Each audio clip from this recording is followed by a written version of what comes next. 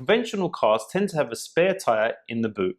Now the spare tyre could be exactly the same as the one that's on the car, or it could be slightly different.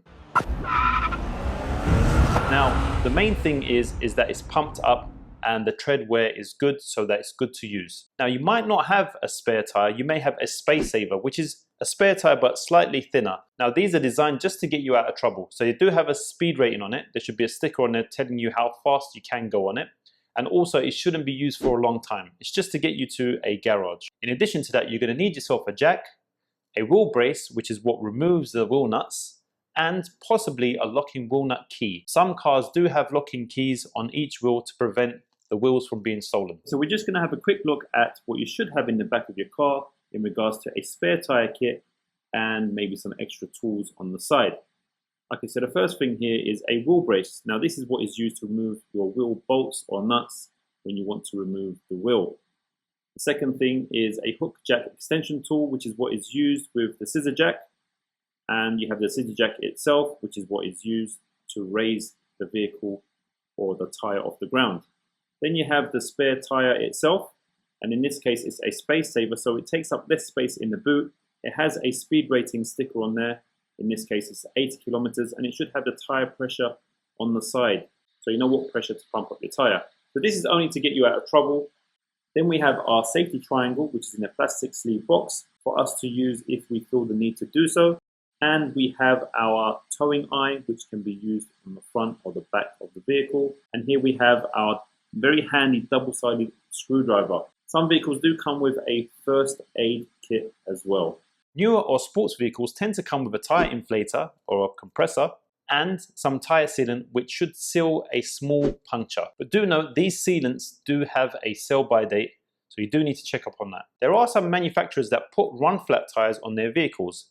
These tyres are designed in such a way that if you do have a puncture, you can continue to drive on these tyres at a specific speed for a specific distance. Now, although this is really good, if you do have a puncture, there is no chance of repairing these run-flat tyres. You will have to replace it. Now, how do you know if you have run-flat tyres? The only way really is to check your owner's manual. They do have some signs on the sidewall, but they're normally in codes and it's difficult for a driver to tell. So if you only have a tyre repair kit and some sealant, that's great, but it won't solve all the problems that a spare tyre can solve. But some cars just don't have the space for spare tyres. So in any case, if you can't have one in your car and you do have major damage to your tyre, you're just going to have to call a breakdown service to help you out. Do note that if you do have a major damage on your tyre, it probably means you've hit something really hard. So I would recommend to get your suspension looked at and also have a wheel alignment done to your vehicle. It's the best default position to have a spare tyre on your car if your manufacturer has provided you one in the first place. So just as it's important to have a good spare wheel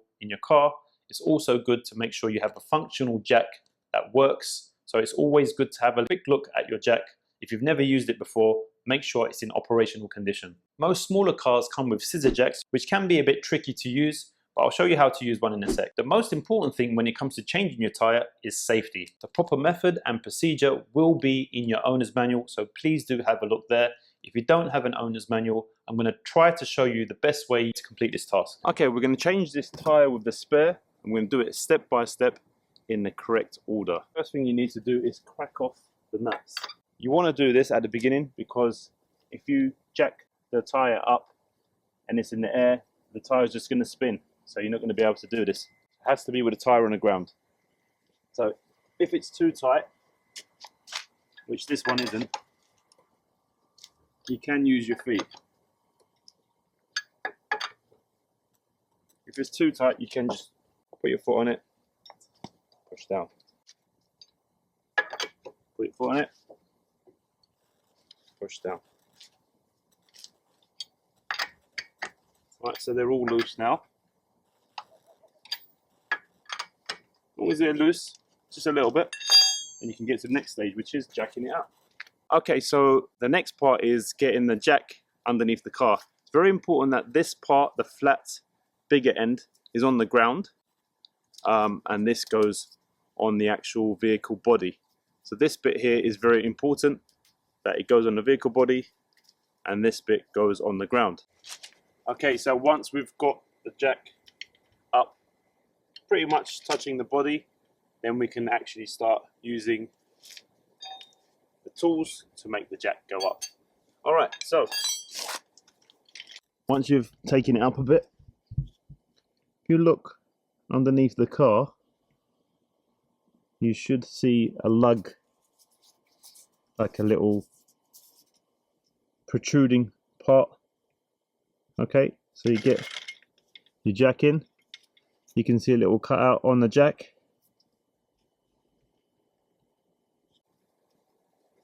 Nice and safe. Handbrakes on is very important, especially if you're on an incline, so that's very important. Put the hook in. You've got the tool that was used for removing the nuts. It's got a little hole in it. It goes in. Start jacking up.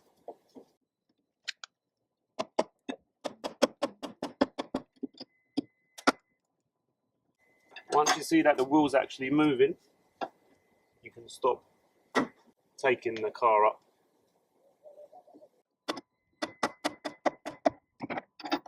It's moving now.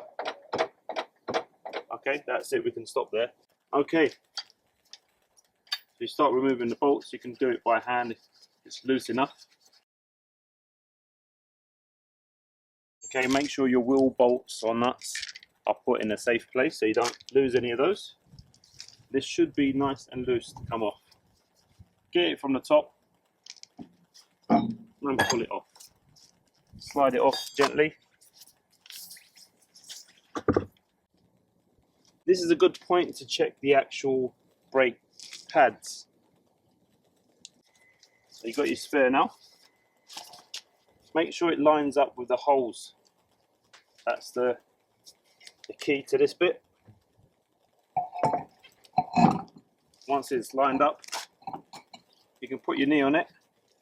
Make sure you've got at least one of your bolts ready.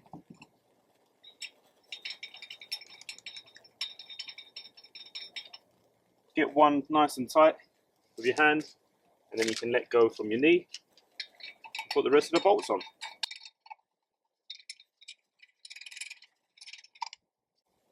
Once you've got the bolts on, you can use your tool. Tighten it up as much as you can by hand.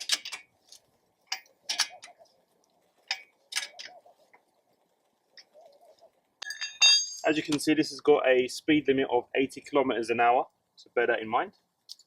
And it should be pumped up to 60 psi, as it says on the side here. It's got it here, 60 psi. That's what you should inflate it to if it is flat at all. So now you can drop the car down.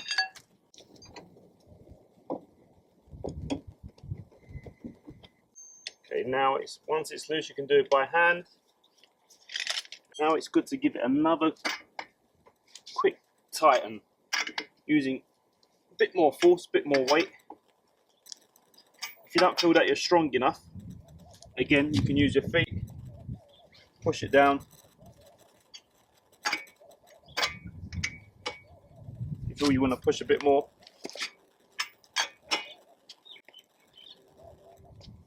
you don't have to go mad and make it too tight. This is just to get you out of trouble. So once this is done, you know that it's safe to go to your local garage and get the original tyre repaired or replaced. Okay, so that's done.